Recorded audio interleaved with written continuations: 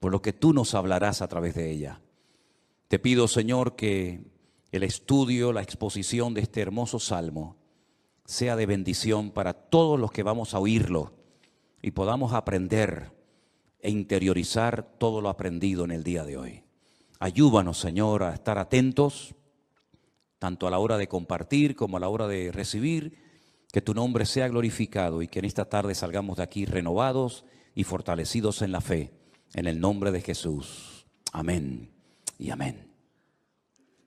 Me gustaría primeramente ponerles en la pantalla, en las pantallas de la iglesia, un gráfico donde hemos hecho un pequeño resumen de los 150 salmos que tenemos hoy por hoy en nuestras Biblias.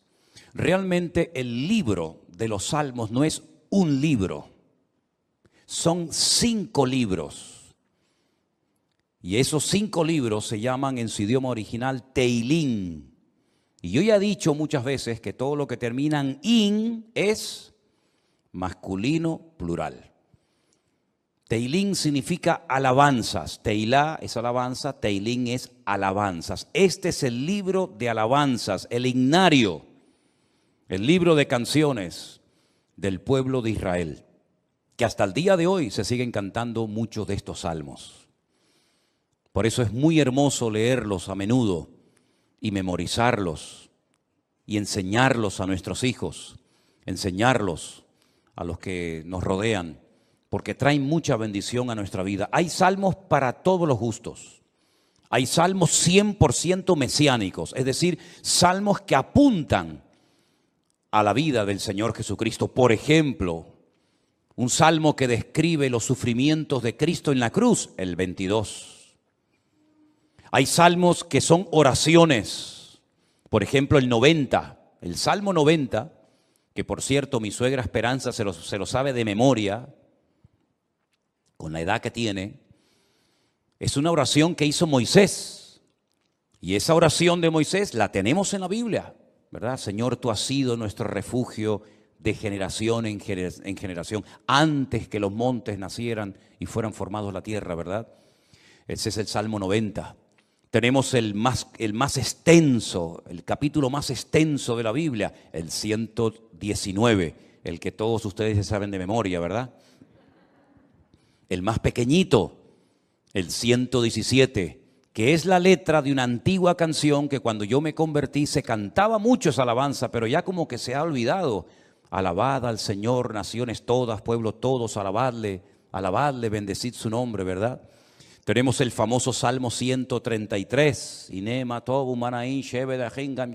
mirad cuán bueno y cuán delicioso es habitar los hermanos juntos en armonía.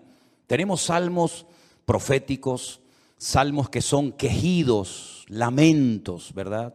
Tenemos la oración de los ancianos, la petición, el salmo de los ancianos, el salmo de las personas que ya han pasado a otra etapa de la vida, es un salmo precioso también. Pero todos esos salmos se fueron recopilando a lo largo de la historia en diferentes periodos. Y ahí les he puesto un gráfico en las pantallas de la iglesia para que ustedes vean el proceso que experimentaron los salmos hasta poder recopilar los 150 y tenerlos en nuestras Biblias. Por ejemplo, los primeros 41 salmos, del 1 al 41, se recopilaron, no significa que se escribieron, pero que se recopilaron en la época del rey David. Porque hay algunos de esos salmos que son antes de la época del rey David. Por ejemplo, el que le cité a continuación, el 90, que es de la época de Moisés. Pero esos 41 primeros salmos se recopilaron, se reunieron y posteriormente se añadieron al libro de los salmos en la época del rey David. Otros salmos, por ejemplo, del 42 al 72 y del 73 al 89, se recopilaron en los tiempos de esos 2 grandes reyes de Judá, los reyes del sur. Estos 2 reyes fueron extraordinarios, Ezequías y Josías. Ezequías fue aquel rey que decidió meter el agua por debajo de Jerusalén para que si fuera sitiada, si los enemigos atacaban Jerusalén, no les cortaran el suministro de agua y se murieran de sed, esperando fuera los enemigos que Israel se rindiera. Todavía ese ese túnel subterráneo, esos túneles, mejor dicho, porque son varios, que llevan el agua por debajo de Jerusalén, todavía hoy en día se pueden visitar. Son los túneles que conectan la antigua ciudad de Jerusalén con el famoso estanque de Siloé. Y uno de ellos todavía recoge agua de lluvia y se puede pasar por él, incluso mojándose, el otro no.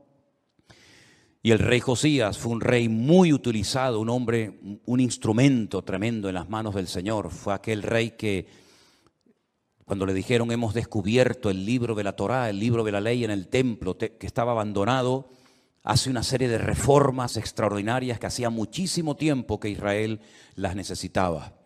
Luego tenemos, por ejemplo, del Salmo 90 al Salmo 106 y también del 107 al último, al 150, tenemos esos salmos que se recopilaron en el tiempo de Esdras, el sacerdote, y de Nehemías, aquel copero, ¿se acuerdan? Que vivían en el palacio del rey y que es el instrumento que Dios utiliza para la restauración física, la restauración de los muros y también del templo de Jerusalén. Y Esdras fue el instrumento para la restauración espiritual del pueblo. Porque una cosa es que tú seas restaurado en tu economía, en lo natural, sea economía, sea salud, sea familia, que está bien, Dios también está interesado en restaurar esas áreas de tu vida. Y otra cosa muy distinta es la restauración espiritual de una vida. Tú puedes ser restaurado, digamos, en tu economía, pero no significa de que hayas sido restaurado en lo espiritual.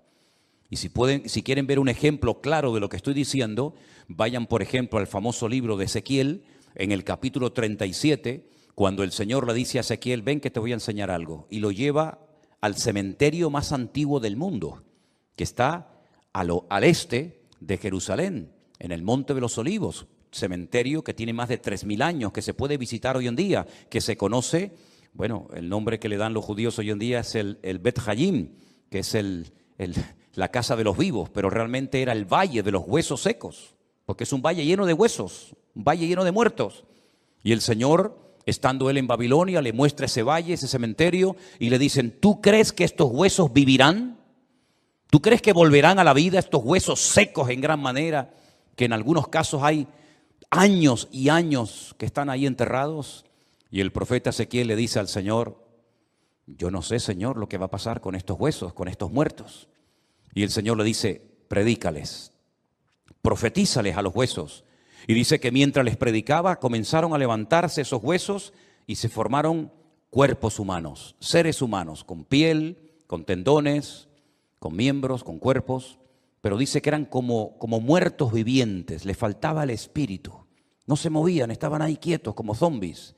Y el Señor les dice, les falta el espíritu, profetiza, habla para que el espíritu entre en ellos.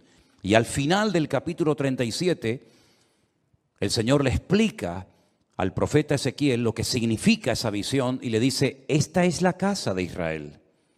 Estos son los hijos de Israel que van a experimentar un resurgir como pueblo, como nación, una restauración nacional, que en los tiempos de Ezequiel era impensable, pero que nosotros sabemos que se ha producido en el siglo XX, en mayo de 1948, los huesos secos, esparcidos por todas las naciones de la tierra, se levantaron en un solo día como pueblo, y ahí están, con su himno, con su bandera, con su tierra, con su capital, pero la restauración espiritual aún no se ha producido.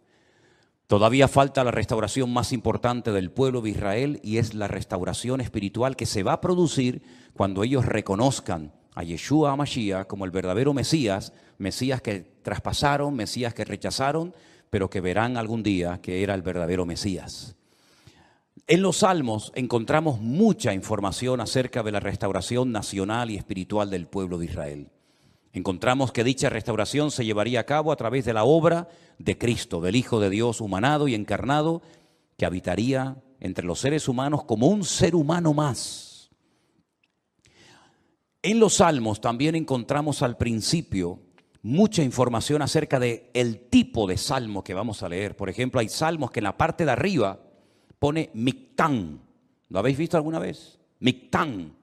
Y uno dice, ¿y eso qué significa? Mictán es una enseñanza profunda. Un salmo que ponga arriba como título Mictán es una enseñanza a tener en cuenta. Es una sabiduría expuesta por escrito para que el que la lea, el que la reciba, el que la cante, sepa que está cantando verdades muy profundas que nacen del corazón de Dios. Hay salmos que, por ejemplo, pone Salmo de Segilot, y significa que es un salmo que se tenía que tocar con instrumentos de cuerda, porque no todos los salmos se tocaban con instrumentos de cuerda, había otros que eran de percusión y otros de viento. Hay salmos que pone, por ejemplo, Shir LaMa'alot, salmo cántico de las subidas, que eran los salmos que cantaban los peregrinos cuando subían a Jerusalén 3 veces al año a celebrar la fiesta de la Pascua, la fiesta de los tabernáculos, que era la última, y en medio la fiesta de Pentecostés o la fiesta de Shavuot, las semanas. Y también algunos creen que había escalones en el templo de Jerusalén donde se ponía el coro, y esos salmos de las subidas desde allí los cantaban. Pero en este salmo, si ustedes lo pudieran ver en hebreo, al principio pone mitzmor, y la palabra mitzmor significa que es un salmo que hay que cantarlo. Nosotros como cristianos no tenemos esa costumbre, lamentablemente, porque el salmo nos indica que este salmo habría que cantarlo desde el versículo 1 hasta el último versículo, hasta el versículo 5. Nosotros lo hemos leído, pero realmente es un salmo que, según las instrucciones que Dios nos da, tendríamos que haberlo cantado. Y es la mejor manera de aprender capítulos enteros de memoria de la Biblia, poniéndole música. Y es la mejor forma de aprender, ya digo, capítulos y capítulos enteros de la Biblia. Ahora, el Salmo 127, que es el que se leía en esta tarde, si ustedes buscan su Biblia, empieza diciendo que si el Señor, el Eterno, Jehová, como dice la versión Reina Valera, no edifica la casa, en vano trabajan los que la edifican. Tenemos que explicar brevemente a qué se está refiriendo el autor de este salmo, que pudo ser David, que le escribió un salmo, una enseñanza a su hijo Salomón, o como opinan otras personas, pudo ser un salmo que lo escribió Salomón con una enseñanza que heredó de su padre, el rey David. Sea como sea, la declaración que hace el versículo 1 es muy interesante. Si Dios, el Eterno, nuestro Creador, no edifica la casa, en vano trabajan los que la están edificando. El sueño de David, que nunca lo vio cumplido, era construir un templo para su Dios. Dios nunca le dijo a David que lo hiciera, pero nació en el corazón de David el anhelo, el deseo de tener una casa, un templo, sobre todo para que el arca de la alianza, que tenemos ahí en la entrada de la iglesia como una réplica, para que ustedes pudieran ver el tamaño original que tenía el arca de la alianza en aquellos tiempos, en vez de estar debajo de una lona, debajo de una tienda de campaña, pudiera estar en un templo bonito, grande, bien decorado, espacioso, etcétera, etcétera. Ese era el sueño de David, pero nunca lo vio cumplido, porque el profeta Natán le dijo que él no tenía el aval, el respaldo de Dios, el permiso del Señor para construir dicho templo. Ese templo solamente podía ser levantado en un lugar, no podía ser levantado en cualquier parte, sino encima de lo alto de un monte llamado el monte Moriah. Es una palabra compuesta, el lugar donde Dios me enseña. Moriah viene de maestro, Moré, Morá, Morim, Morot, y Yad es el diminutivo del nombre de Dios. El monte donde Dios es mi maestro, el monte donde Dios me enseña y me instruye, ¿verdad? En ese monte vivía un señor llamado Arauna, que era un jebuseo, los antiguos habitantes de Jerusalén.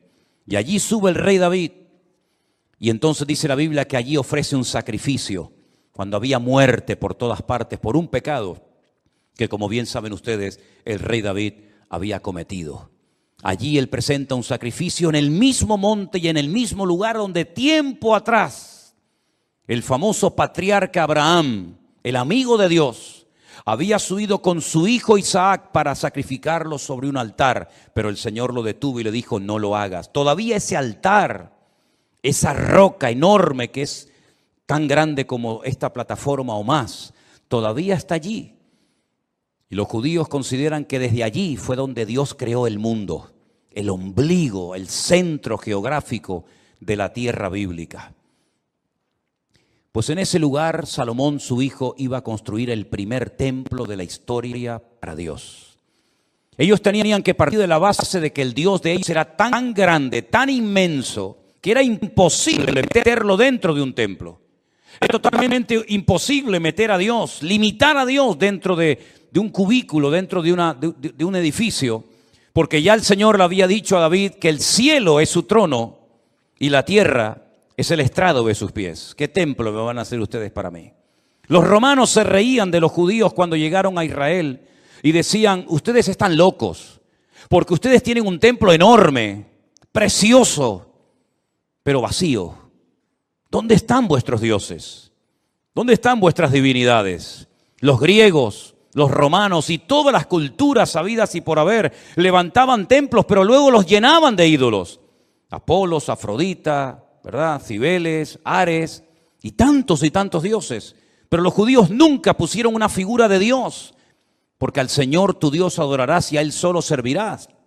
Y en los famosos 10 mandamientos, el Señor prohibía la fabricación de imágenes de talla. Por lo tanto, era un templo vacío, pero en lo más recóndito, en lo más oculto del templo, estaba un lugar que nosotros lo llamamos el lugar santísimo, donde estaba el arca de la alianza. Y Salomón iba a poder construir ese templo con la ayuda de miles y miles de personas. Y podía estar tranquilo de que nadie le iba a atacar, porque su padre había estado durante años sometiendo a todas las naciones vecinas para que su hijo en tiempos de paz y de prosperidad pudiera construir el templo de Jerusalén. Lo tenía todo. El padre le dio los planos. El padre le escribió 77 letras de canciones que las tenemos en la Biblia, los famosos salmos de David, para que pudieran cantar. Inventó instrumentos musicales, le dio oro, piedras preciosas, madera, plata, bronce, lo tenía absolutamente todo. Y además Salomón hizo un pacto con el faraón, que eran expertos en aquella época en la fabricación de megaestructuras, porque los judíos nunca habían hecho un edificio tan grande, y mucho menos para Dios. Cómo levantar aquellas piedras, subirlas a aquel monte, colocarlas una encima de la otra, aquellas columnas, más de 70 columnas exactamente, de una pieza, cómo iban a levantarlas, ponerlas a nivel para que aquella casa no se cayera. El templo no tenía arcos, como lo inventaron los romanos, por eso los arcos le han permitido a las fabricaciones y a la arquitectura romana permanecer hasta el día de hoy, pero eran columnas y era muy difícil poner aquello en pie. Hay, por ejemplo, en la ciudad de Jerusalén, en un lugar donde yo he llevado a algunos hermanos alguna vez, una columna entera que es como de aquí al fondo de la pared, que se quebró y allí la dejaron y han pasado 2000 años y todavía aquella columna sigue allí. Él hizo un pacto con el faraón, se casó con su hija, hizo un pacto de no agresión. De hecho, su hija se murió en Jerusalén y hay en el torrente de Cedrón hay una pirámide pequeñita, recordando que allí está enterrada una mujer de origen egipcio, porque ella murió en Jerusalén. Y el faraón le ayudó a construir aquel hermoso templo. Pero Salomón sabía perfectamente que él podía tener el oro, la plata, los albañiles, los carpinteros, los canteros, absolutamente todo. Incluso había naciones que todos los años le traían, curiosamente, 666 talentos de oro. Multiplique 666 por 45, era una barbaridad de kilos de oro para ayudarle. Venían personas de todos los continentes de la tierra, unos le traían marfil, otros le traían diamantes, otros le traían de todo. Pero él sabía que aunque lo tenía humanamente hablando todo, sin el respaldo, sin la ayuda del Señor, aquel templo nunca se iba a poder levantar. Y aquí hay una primera lección que tenemos que interiorizar nosotros como cristianos en el día de hoy. Nosotros nos podemos esforzar mucho y de hecho el esfuerzo forma parte de la vida cristiana. Esfuérzate y sé valiente, le decía el Señor a Josué, ¿verdad? Josué capítulo 1. Esfuérzate y pelea, le decía el apóstol Pablo a Timoteo. Pero por mucho que nos esforcemos, por mucho que trabajemos, por mucho que madruguemos o por mucho que trasnochemos, sin el respaldo, sin el favor de Dios, todo lo que hagamos nos sirve absolutamente para nada. ¿Cuántos dicen amén? Algunos creen que por trabajar más van a ganar más y se equivocan. Porque la Biblia no enseña que para ganar más hay que trabajar más. Si usted quiere ganar más, no haga eso, porque lo está haciendo al revés. Si usted quiere ganar más, yo después le digo lo que tiene que hacer. Pero no trabajes más para ganar más, porque vas a ganar menos y te vas a terminar agotando. Porque la Biblia dice, en el Salmo que hemos leído, que si el Señor no edifica la casa, en vano, y esa palabra en vano, esa expresión en hebreo en vano, significa para que no llegues al agotamiento físico y mental. ¿Qué les parece? Para que no llegues a un momento que digas, ya no aguanto más, estoy reventado, estoy cansado. Llego el fin de semana, quiero descansar y el lunes voy igual de cansado, peor. Y vas acumulando cansancio y durante la noche no duermes. Cuando dice el Salmo 27 que una de las bendiciones de Dios es poder dormir tranquilamente por la noche. Dice que a sus amados el Señor les dará el sueño. Y hay muchas personas que darían cualquier cosa con tal de poder dormir en paz, como nosotros, los hijos de Dios, que hemos aprendido a depender y a descansar en el Señor, podemos dormir en paz. ¿Cuántos dicen amén? No sé por qué nos han hecho últimamente a Elena y a mí una pregunta, me la hacen de vez en cuando, por internet, por WhatsApp, por correos, incluso hasta en persona. ¿Ustedes están durmiendo bien? Y preguntamos, ¿y por qué nos hacen esa pregunta? Sino pues con todo lo que tienen, todo el jaleo de atender gente de aquí y llamar, ¿ustedes duermen bien? Y la respuesta de Elena siempre es la misma, dormimos perfectamente. Porque nosotros hemos aprendido a descansar y a depender únicamente del Señor. No entramos en estrés, ni en nervios, ni en agobio. No perdemos la paz absolutamente por nada. ¿Por qué? Porque la obra no depende de nosotros, la obra depende del dueño, de la cabeza, y el dueño y la cabeza es nuestro Señor Jesucristo.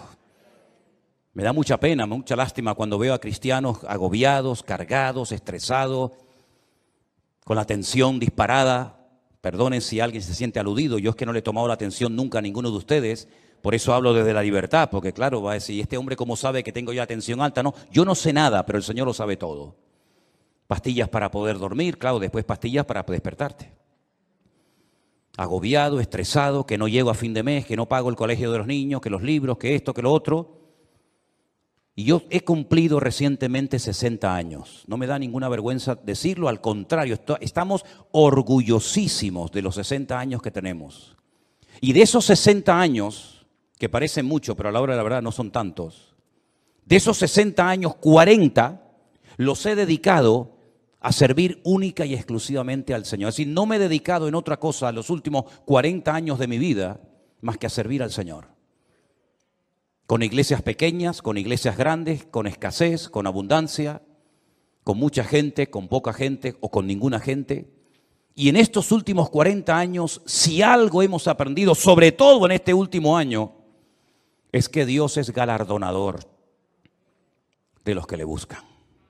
Y cuando más difícil estaba todo, y cuando humanamente hablando era imposible que esto siguiera adelante, el Señor sin manos nos dio una cachetada de amor, mostrándonos y enseñándonos que Él es el que edifica su casa y su obra, y no nosotros. A mí me llama mucho la atención que este verbo, edificar, es exactamente el mismo que emplea el Señor Jesucristo cuando hace referencia a lo que Él iba a hacer. Edificaré mi iglesia. Su padre en Génesis capítulo 1 nunca empleó el verbo baná o boné, que es construir, sino el verbo bará, que se parece, pero no tiene nada que ver una cosa con otra. Bará es un verbo que solamente aparece en la obra creadora de Dios. Cuando dice la Biblia que en el principio creó, ese verbo creó es bará y significa crear de la nada. Este púlpito está hecho de un material llamado metacrilato. Lo mandamos a hacer hace 20 años. El que lo hizo Porque este no se ha perdido ningún culto desde que estamos aquí, ¿eh? Este ha estado todos los cultos, todas las reuniones de jóvenes, todos los cultos de jueves, todos los cultos de domingo. Este que está aquí, o esto que está aquí, ha estado siempre aquí. Pero el que lo hizo, no lo creó, lo hizo utilizando una materia prima, metacrilato. Y el púlpito que tenemos en la iglesia del Puerto de la Cruz es de madera. Y alguien lo hizo, no lo creó, utilizando la materia prima de la madera. Pero el verbo bara en Génesis capítulo 1 es crear de la nada. ¿Y cómo Dios creó sin utilizar materia prima? Sin utilizar tierra, sin utilizar piedra, sin utilizar madera, con el poder de su palabra. Dijo Dios, sea la luz, y fue la luz. Y dijo Dios, y todo lo que Dios decía se materializaba por el poder de su palabra. Pero curiosamente el Hijo, cuando viene a este mundo hace 2000 años, Él no dijo, crearé mi iglesia de la nada. No dijo eso, sino dijo, edificaré. Y si juntamos, y tenéis memoria para recordar esto, el Salmo 127 dice Salomón, si Dios no edifica esta casa, en vano estamos trabajando nosotros aquí. Estamos perdiendo el tiempo, nos estamos desgastando, vamos a llegar a la extenuación, al agotamiento, si Dios no respalda esta obra. Porque Él sabía que esa obra no dependía de sus obreros, de su sabiduría, que era mucha y la tenía, de su dinero, que era mucho y lo tenía. Él sabía que aquella casa no era una casa particular, no era una sinagoga, no era un colegio, era la casa de Dios. Y la casa de Dios solamente se podía utilizar esa palabra, esa expresión, para hacer referencia al templo. Yo sé que hay gente que dice, hermanos, bienvenidos a la casa de Dios. Está mal dicho eso, porque esto no es la casa de Dios. Esto es un local donde se reúne la iglesia, pero esto no es la casa de Dios. Dios no vive aquí. Si esto fuera la casa de Dios, yo no me voy de aquí ni a palos. ¿Cómo me voy a ir de aquí si mi Dios vive aquí? ¿A dónde me voy a ir? Nos tendríamos que venir a vivir aquí. Pero esta no es la casa de Dios. Pero en aquellos tiempos, cuando Salomón dice, si Jehová no edificare la casa, ¿a qué casa se refería? A la casa de Dios. Él sabía que esa casa no iba a poderse terminar si no tenía el respaldo de Dios. Por eso el Señor Jesucristo pudo decir, yo edificaré mi iglesia. Porque Él dijo, todo lo que hago y todo lo que digo, lo hago porque mi Padre me da autorización y me apoya para hacer y decir lo que hago. Por eso la iglesia ha permanecido en estos últimos 2000 años con persecuciones, con todo tipo de regímenes políticos, con falsas doctrinas, con divisiones, etcétera, etcétera. ¿Por qué? Porque el que la está fabricando no es el hombre, el que la está construyendo es el Señor Jesucristo. Y nosotros somos piedras vivas en ese edificio, pero la piedra angular, la que soporta todo el peso, es nuestro Señor Jesucristo. La piedra que desecharon los edificadores ha venido a ser la cabeza del ángulo. Bendito sea Dios. Piná, Rosh Piná. Eso es, Rosh Piná. Hay un pueblo en Israel muy bonito que se llama Rosh Piná, que significa la cabeza del ángulo. Pero este salmo, ¿sabes? Te da una calma, te da una paz impresionante, porque no tienes que estar dependiendo de tu esfuerzo personal, sino del respaldo de Dios. Y yo le hacía esta mañana a los hermanos del Puerto de la Cruz 2 preguntas que se las voy a hacer ahora a ustedes. ¿Dios está respaldando lo que estás haciendo? Piensa bien, ¿eh? Todos no vamos a ser pastores, todos no van a ser predicadores, evidentemente. Pero todos y cada uno de ustedes, de nosotros, nos dedicaremos en la vida a algo. Pero mi pregunta es, ¿a eso a lo que hoy por hoy te estás dedicando, tú notas en tu vida el favor de Dios, el respaldo de Dios? Si la respuesta es sí, yo siento que en mi profesión, en mi carrera, en mis estudios, en mi trabajo, yo siento y noto que el respaldo, que la bendición de Dios está conmigo. Gloria a Dios, no sabes cuánto me alegro, hermano. Pero si la respuesta es no, entonces ¿por qué lo estás haciendo? Si sabes que Dios no te ha mandado a hacer lo que estás haciendo, ¿cómo te atreves a hacerlo? Porque la segunda pregunta que les iba a hacer es, ¿por qué estás haciendo lo que estás haciendo? ¿Para ganar un sueldo? Es decir, ¿tú sabes que no estás haciendo lo que Dios quiere? Esa no es la voluntad perfecta de Dios para tu vida, pero igualmente lo haces porque a final de mes un señor te pone un sobre con un dinero para poder cubrir tus necesidades. ¿Así es como tú te has montado tu vida cristiana? ¿Te ves haciendo lo que estás haciendo tus próximos 10 años, 20 años de tu vida? ¿Ese es el futuro de tu vida? ¿Dedicarte a lo que estás haciendo? Si es la voluntad de Dios, gloria a Dios, siga adelante. Pero como la vida es tan corta y cuando te des cuenta pasó, ¿cómo hay creyentes que se han dedicado toda la vida a hacer lo que saben que no era la voluntad de Dios perfecta para ellos, pero al fin y al cabo lo hacían para al final de mes recibir un sobrecito con un hueso que te daba un señor que le sobraba de todo, que a veces no te pagaba lo que tú merecías por haber trabajado tanto, pero dependías de él hasta para poder poner un poco de gasolina a tu coche o comprar una compra, hacer una compra en un supermercado? Para eso murió el Hijo de Dios en una cruz, para que viviéramos como la gente del mundo, sin marcar una diferencia y sin demostrarle al mundo que Dios nos enseñó a nosotros en su palabra un estilo de vida diferente. Yo te voy a confesar algo que probablemente es la primera vez en mi vida que voy a decir en público. Yo no sé si en algún momento, en alguna iglesia, en alguna predicación, desde los 19 años que estoy sirviendo al Señor, yo he dicho alguna vez esto que voy a decir ahora. Esto sería como dicen en televisión, esto es una primicia. ¿Tú sabes cuál era la preocupación, la gran pregunta que yo tenía en el tercer año de escuela bíblica, de seminario, cuando yo estaba a punto de salir? ¿Sabes cuál era mi pregunta? ¿De qué voy a vivir? Porque yo no quería volver a la casa de mis padres. Porque yo le había dicho a mi padre que el Señor me había llamado. Y cuando él me preguntaba, ¿de qué vas a vivir? No había iglesias por ninguna parte. Hoy en día hay iglesias por todas partes. Pero en aquellos años, hace 40 años, no había iglesias prácticamente por ninguna parte. Eran contadas con los dedos de una mano las iglesias que, por ejemplo, había en Tenerife. Muchas de las iglesias que ustedes conocen o han visitado, o a lo mejor han estado, no existían.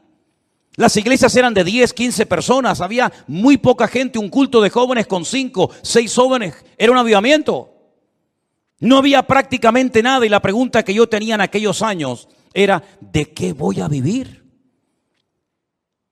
Porque no quiero volver otra vez a vivir en la casa de mis padres, porque sería entonces darle la razón al viejo de que me equivoqué y al fin y al cabo tengo que volver a vivir con ellos hasta para poder comprarme un par de zapatos.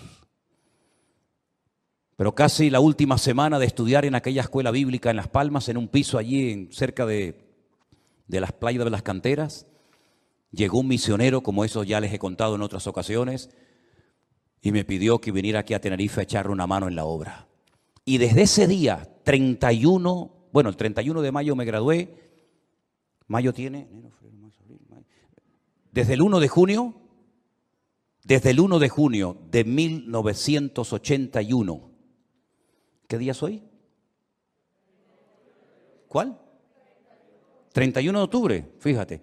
Desde el 1 de junio de 1981 hasta el 31 de octubre del 2021, yo no he hecho otra cosa en mi vida más que servir al Señor. Me pude casar, pudimos viajar, hemos fundado iglesias en algunos lugares y estamos disfrutando de la obra del Señor como nunca jamás en la vida habíamos soñado. Sabemos lo que es estar sentado en una cama con una libreta, con una calculadora, sacando los gastos del mes y diciendo, no llegamos, no llegamos, no llegamos. Pero también sabemos lo que es, el Señor es mi pastor y nada me faltará. Hemos aprendido a vivir en escasez como no te imaginas. Y hemos aprendido a vivir en abundancia, hemos aprendido a dormir en cualquier lugar, porque el Señor nos ha mostrado de que cuando una persona es capaz de hacer un mínimo gesto por el Señor respalda y bendice la vida de esa persona. Y tengo un temor tremendo en mi corazón por toda la manera como el Señor nos está bendiciendo y abriendo puertas en todas partes. Porque sabemos perfectamente que no es por nuestros méritos. No es por nuestros méritos. Quiero decirles que cuando muchos de ustedes vinieron a esta iglesia, nosotros ya hacía años que estábamos aquí. Hacía años que estábamos en este lugar. Y el Señor ha ido edificando poco a poco su obra. Y hoy en día podemos hablar para la gloria del Señor de miles y miles de personas que en todas partes del mundo, muchos de ellos han conocido al Señor Jesucristo como su Señor y Salvador personal en este último tiempo.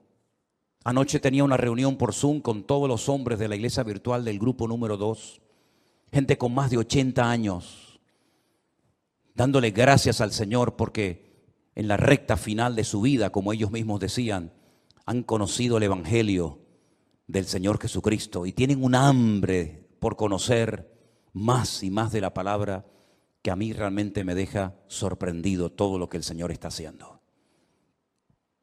Yo quiero decirles a todos y a cada uno de ustedes que yo también tuve tu edad y estuvimos dispuestos cuando éramos jóvenes, recién casados con 21 años, a pagar un precio.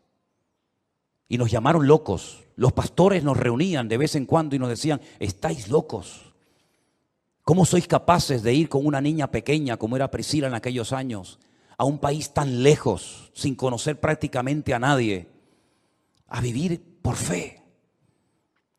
Pero cuando el Señor edifica su obra y cuando el Señor respalda su obra, no hay impedimento que pueda frenar la vida de un hijo y de una hija de Dios. Y yo quiero desafiarte a que tú pierdas el miedo, porque si de algo a mí me ha servido el Salmo 127 es a perder el miedo. Si Anderson, que está conectado al liderazgo y a los coordinadores de la iglesia virtual número 1, les hablara acerca de lo que cuesta, del presupuesto enorme que cuesta el hacer todas las actividades, nos quedaríamos con la boca abierta. Pero el Señor ha suplido de una forma increíble, porque el Señor es galardonador de los que le buscan y cuando Él edifica la casa, no hay nada ni nadie que la pueda detener. Fíjate que en el Salmo 121, si te das cuenta, habla de la casa de Dios, es decir, lo principal, la obra de Dios, nada ni nadie la va a detener. Pero en segundo lugar, habla de la ciudad. Si Jehová no guardare la ciudad, en vano vela la guardia. Este versículo, cada vez que me tocaba a mí guardia en el ejército y te daban todas las balas y la metralleta y el armamento para estar de guardia, yo siempre lo decía en alta voz: si el Señor no guardare la ciudad, en vano vela la guardia. Porque todo lo que hagamos, todo tu esfuerzo personal, y que conste, quiero dejar bien claro, por favor, hermano, que el Salmo 127 no es un salmo que apoya al perezoso, al vago, al negligente. No, al contrario. El esfuerzo forma parte de una vida cristiana normal. Pero todo nuestro esfuerzo, nuestro sudor, nuestro trabajo, no sirve de nada si el Señor no respalda lo que estamos haciendo para Él. Absolutamente de nada. Luego es un golpe al ego del hombre, porque la gloria no me la llevo yo. Yo he sido el que he edificado, como decía Salomón, Nabucodonosor, ¿se acuerdan? Yo fui el que levanté la gran Babilonia y al final tuvo 7 años viviendo en un monte como un animal para que el Señor pudiera arrancar de su corazón la arrogancia y el orgullo. Porque una persona arrogante, acomplejada u orgullosa no es digna de estar sirviendo al Señor. Una persona con orgullo, una persona que se le sube a la cabeza lo que tiene, lo que es o lo que hace, es una persona que no está capacitada para estar al frente de una obra. Por eso a mí me da alegría ver al hombre más sabio de la tierra, a uno de los hombres más ricos del mundo, como era Salomón, que cuando la reina de Saba vino y lo visitó, le dijo: lo que me contaron no es ni el 1% de lo que ven mis ojos. Que él reconozca que el éxito de aquella obra no estaba en él, sino estaba en su Dios. Y nosotros tenemos que aprender hoy más que nunca que tenemos que aprender a depender de Dios. Y eso hay que enseñárselo a nuestros hijos y hay que enseñárselo a los jóvenes de la iglesia. para que nos demos cuenta de que en estos tiempos donde la economía está en crisis y donde el mundo irá, según la Biblia, de mal en peor, nosotros estemos preparados y sepamos adaptarnos a las circunstancias y no perder la paz ni el equilibrio, porque el Señor es nuestro Dios y estará con nosotros todos los días hasta el fin del mundo. Madrugar y trasnochar sin el respaldo de Dios no sirve absolutamente para nada. El Salmo 127 es un salmo donde el Señor nos muestra que cuando dependemos de Él podemos estar tranquilos. Y mire lo que dice: por demás es que os levantéis de madrugada y vayáis tarde a reposar, por demás. Y que comáis pan de dolores, pues que a su amado dará Dios el sueño. Y ahora yo te pregunto a ti, ¿y ustedes cómo duermen? ¿Dormiste bien anoche? ¿O estabas dando vueltas y vueltas y vueltas en tu cama sin poder conciliar el sueño? Una de las señales de que nuestra alma está alineada con Dios es que nuestro cuerpo y